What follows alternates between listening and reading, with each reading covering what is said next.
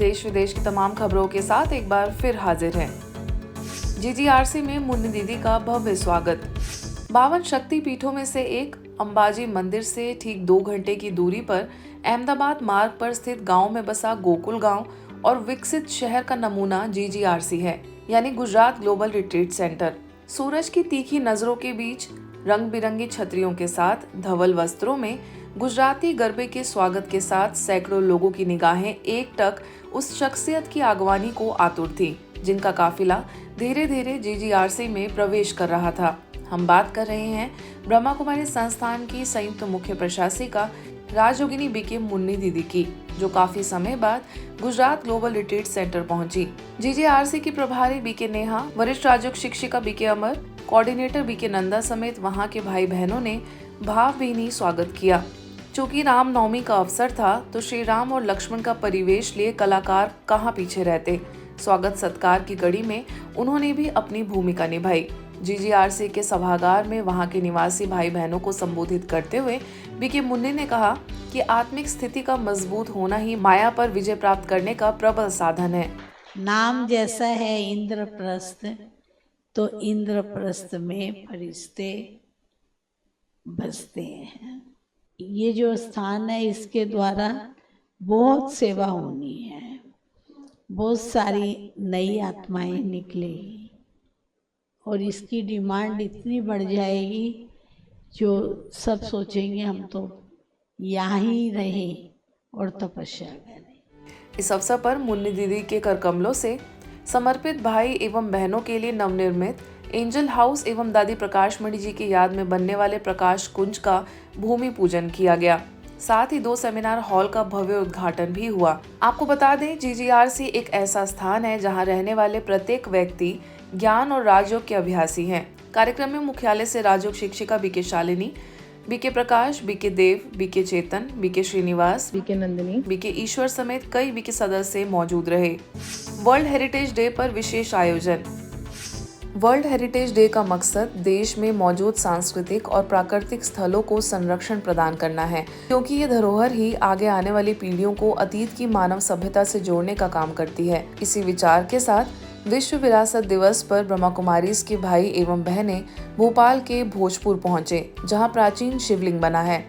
इस अवसर पर ब्लेसिंग हाउस सेवा केंद्र प्रभारी बीके रीना ने विश्व धरोहर के बारे में बताते हुए कहा कि दुनिया की सबसे प्रसिद्ध विरासतों में से एक भोजपुर का भोलेनाथ शिव भगवान का मंदिर है और यह संसार का इकलौता शिवलिंग है जो एक पत्थर से बना हुआ है।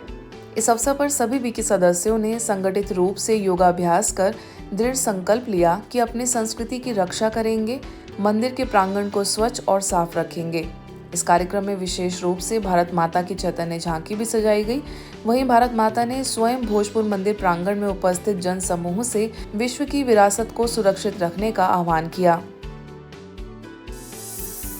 भारत सरकार की विकसित भारत संकल्पना के तहत प्रत्येक नागरिक को परिवर्तन के सूत्रधार के रूप में सशक्त बनाने के उद्देश्य को लेकर ब्रह्मा कुमारीज के अटलादरा सेवा केंद्र और igniting dreams of young minds foundation के संयुक्त प्रयास से एक कार्यक्रम का आयोजन किया गया।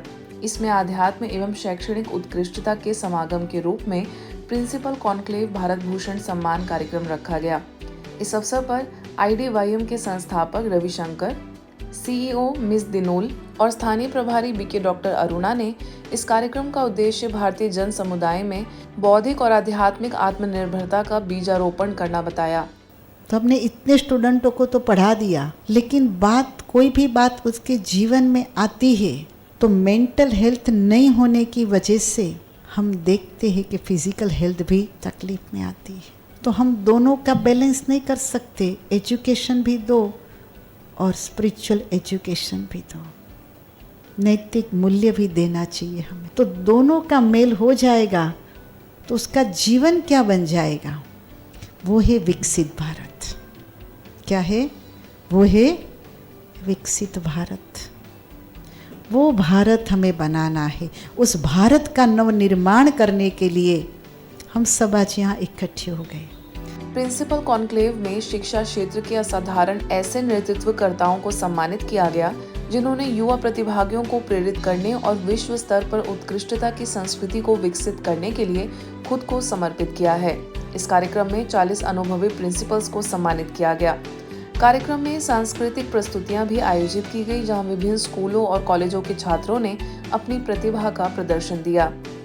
वहीं बीके डॉक्टर अरुणा ने अपने विचार व्यक्त करते हुए कहा कि शिक्षाविदों को खुद आध्यात्म में स्वयं को अनुभवी बनाने की आवश्यकता है, क्योंकि आपके उदाहरण से छात्र इन बातों को सरलता से समझ सकेंगे।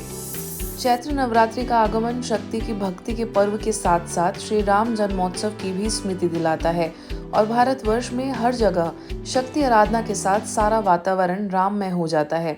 इसी कड़ी में छत्रसाल की नगरी छतरपुर में हर वर्ष की भांति भव्य शोभा यात्रा निकाली गई। ब्रह्मा कुमारीज के किशोर सागर सेवा केंद्र द्वारा भी इस शोभा यात्रा में श्री राम जन्मोत्सव के उपलक्ष्य में पालने में झूलते चारों भाई राम, लक्ष्मण, भरत और शत्रुघ्न, साथ ही उनकी माताएं कौशल्या, कैकेयी, माता सुमित्रा सहित दशरथ की बहुत सुंदर दृश्य वाली चैतन्य झांकी सजाई गई। बीके बहनों ने सिर पर कलश रखकर और 3 क्विंटल गुलाब के फूलों से पुष्प वर्षा कर पूरी शोभा यात्रा का स्वागत किया। इस मौके पर श्री रामलीला उत्सव समिति, प्रताप नवयुवक संघ, अन्य मंदिरों के ट्रस्टी, लॉयंस क्लब से महानुभावों एवं समाज सेवियों ने झांकी में आकर छतरपुर सेवा केंद्र प्रभारी बीके शैलजा से मुलाकात की और इतनी अनुपम झांकी के लिए ब्रह्मा कुमारीज का आभार व्यक्त किया।